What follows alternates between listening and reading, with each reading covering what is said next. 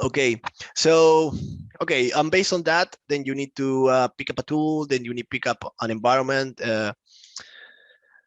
I'm not gonna keep talking about how to deal with the bureaucracy of talking your way into the organization, and how can you get into defining scopes, non-scope items, on who do you have to communicate with. This is gonna I'm gonna follow with this training just based on that. You have like a white check that you can use, and then you can choose do whatever you want with the tools that you have, just like if it was a black hat type of attack, and then you are trying to get into this organization, no matter what, no matter the cost and no matter the consequences. So first thing first, what I will as I said at the beginning, Exploit Pack cannot help you with that, but you need to do some type of network discovery type of attack, and then based on that, I will recommend to do some OSINT. So basically, try to understand the type of mentality, because those are the most important part of it. So you need to understand what is the type of mentality that this company is working with. So basically, it is an open company. Are they communicating with their employees in this way, in that way? You can look for how these companies treating their employees. That's also important. So you can assume the role of he or that. Uh, and then based on that, what I would do is try to see how much information can you gather without even touching the company itself. So whatever is posted online, do they have GitHub? Do they have anything on Facebook? Is there anything on Google? Is there anything that is publicly available that is not even part of their own domains? If they have any domain, sometimes they don't have anything connected to the internet, because all of these red team exercises, we are assuming that this company is connected to the internet at some point somehow, and that they do have emails, and that they do have endpoints that they use connected to the internet, so on and so forth. So we are assuming it's going to be a medium-sized type of company, and there are a lot of assumptions here, but you might encounter the scenario that when this company is fully disconnected of the internet, and they are just, I don't know, maybe it could be just a manufacturer, and they have just a small website that is maintained by a ex company that is a third-party vendor, and then they don't have anything connected to it. They don't even have emails or anything connected to that domain, but they still have endpoints, they still have laptops, they have some resources that they are using. And in order to understand more of that, then I need to find a way to breach those and get into those targets, so you can actually get some information out of them and define a scope for you. So define your scope. That is gonna basically, your scope will define the attack surface.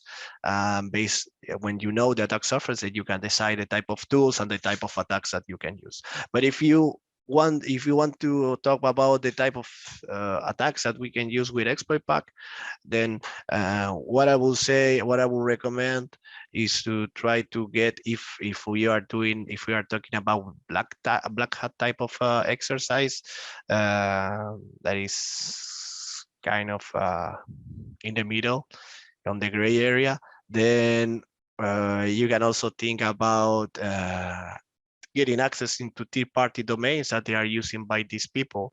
So if their employees are using one particular site for doing something like that, then maybe you don't even have to target their own site. You can target the vendor, you can target something like it.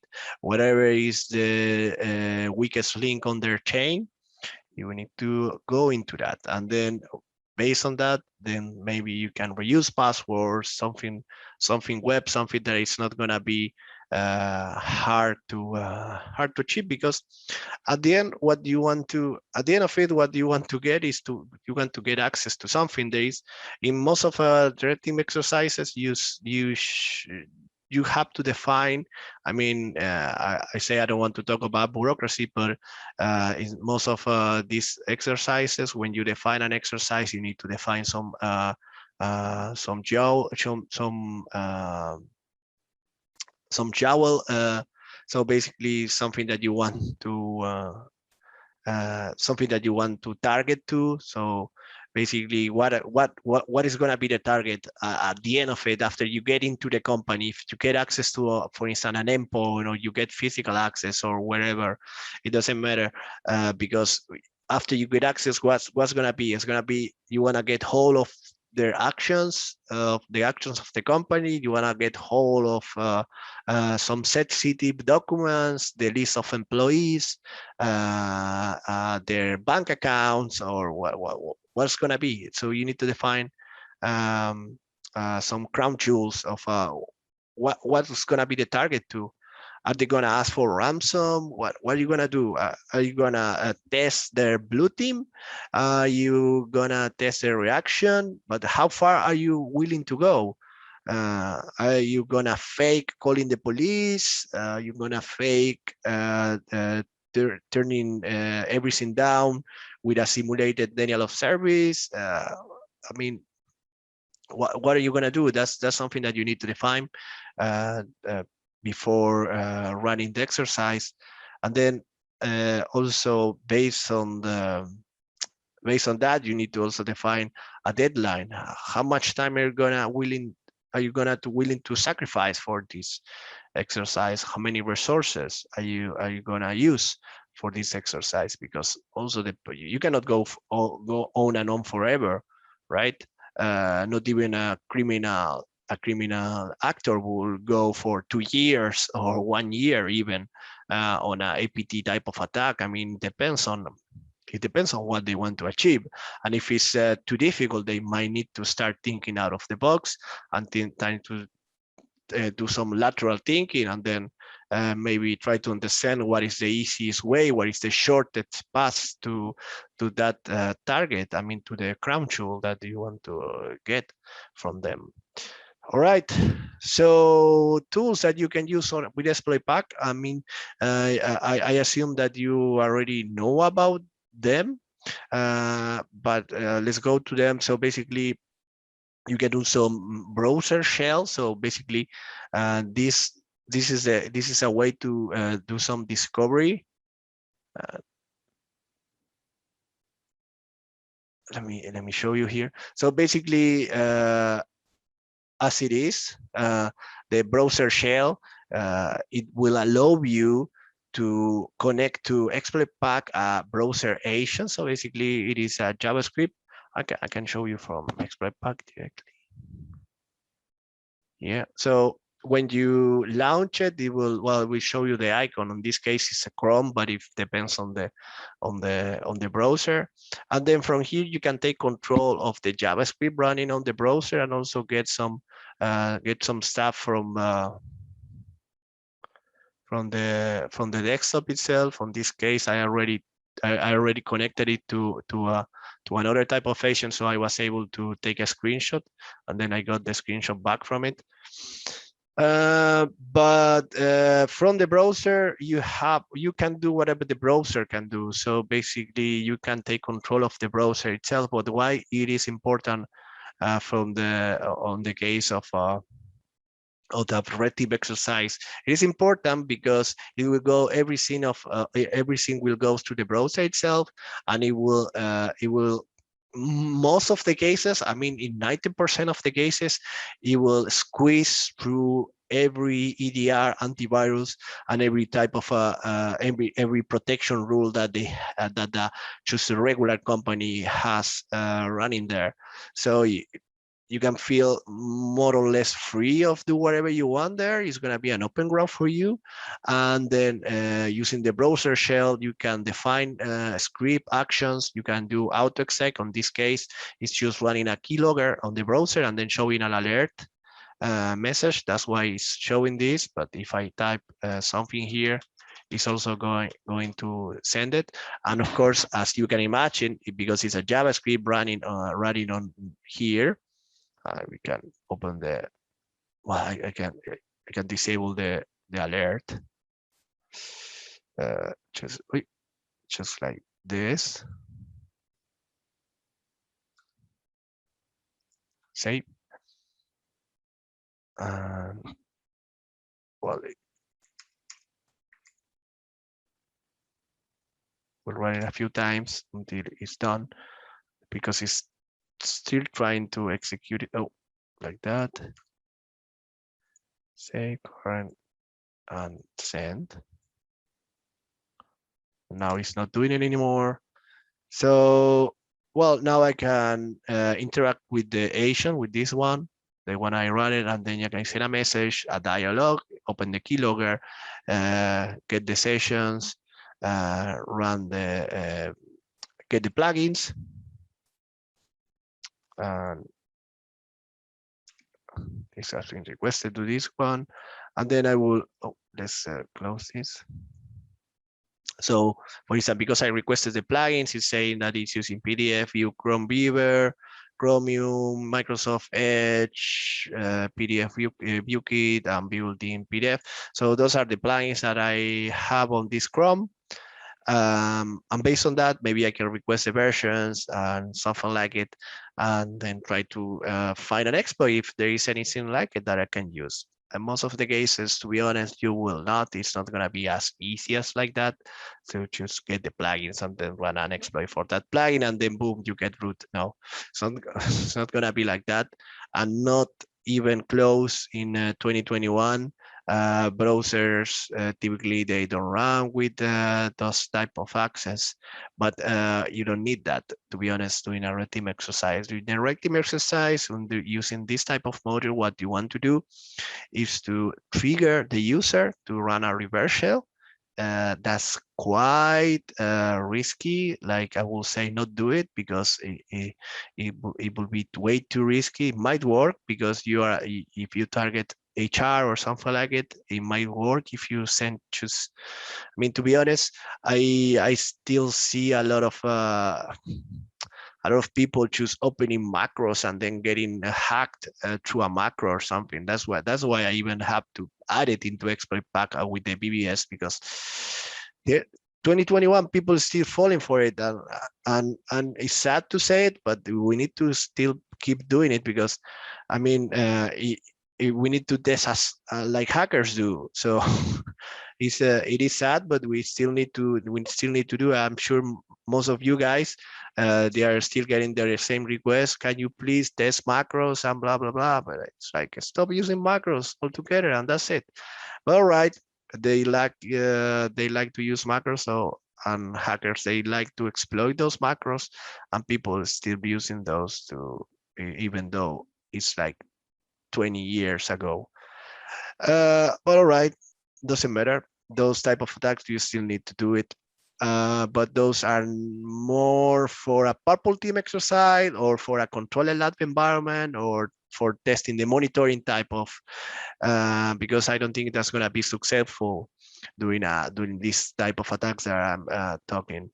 So what you need to, so going back into the network discovery and the OSINT and the discovery itself of your target. So you can use this, and the best way would be, first, you need to know what type of user that you are having, and then maybe you can trick, because you have control of the JavaScript. Then you can choose instead of you can rewrite the page that you are injecting it to. If you found a cross script on a page that the user is currently visiting or something like it, then you will have it here, because you can auto execute some rules, and then you can choose, say, okay, write this, and then you can, because this is choose JavaScript, right? What we are sending here is choose JavaScript, so again you can choose your JavaScript there. And then you can directly send some code that it will just show the user a page or a pop-up or wherever, and then you can just basically get some information out of it. And the most important part of it is that it's gonna, as I mentioned, it's gonna squeeze to almost every protection out there. So maybe you can get the username, maybe you can say, hey, choose like a phishing type of campaign or something like it. You can say, hey, get your user ID here and press OK to vote for the new coffee machine in the third floor.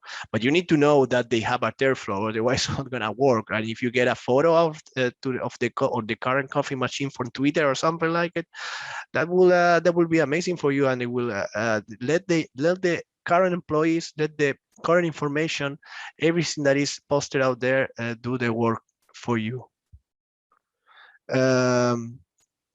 Okay. So after you are there, if you can get an email of the company somehow, if you can, what I would say, try to send, can you send emails from the company itself? Can you find something web that allows you to send emails, like a recovery option or email recovery or something like it that you can use to send emails? Like if you were on that company from that domain, maybe not receive emails, but maybe send emails or something like it. That would be amazing for you, because then you will have some trust, something you can use to send emails from, and then you can abuse that trust to ask people to do something of that company. And abusing of cross scripting, as I mentioned, that would be great, because then you can inject your agent code. This is the agent code of exploit pack. And with this agent code, it's basically an Ajax type of connection,